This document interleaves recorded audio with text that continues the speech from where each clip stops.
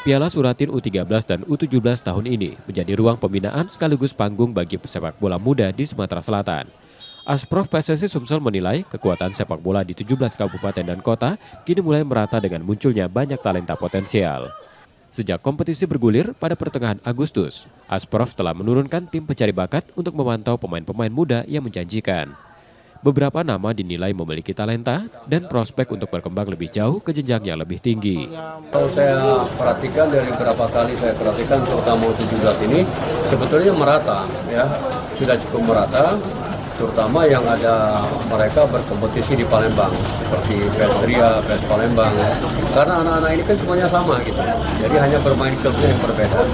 Jadi rata-rata mereka dari pengamatan saya di beberapa kali saya berada di 17 ini menyaksikan pada prinsipnya mereka merata, pemainnya sudah mulai meningkat.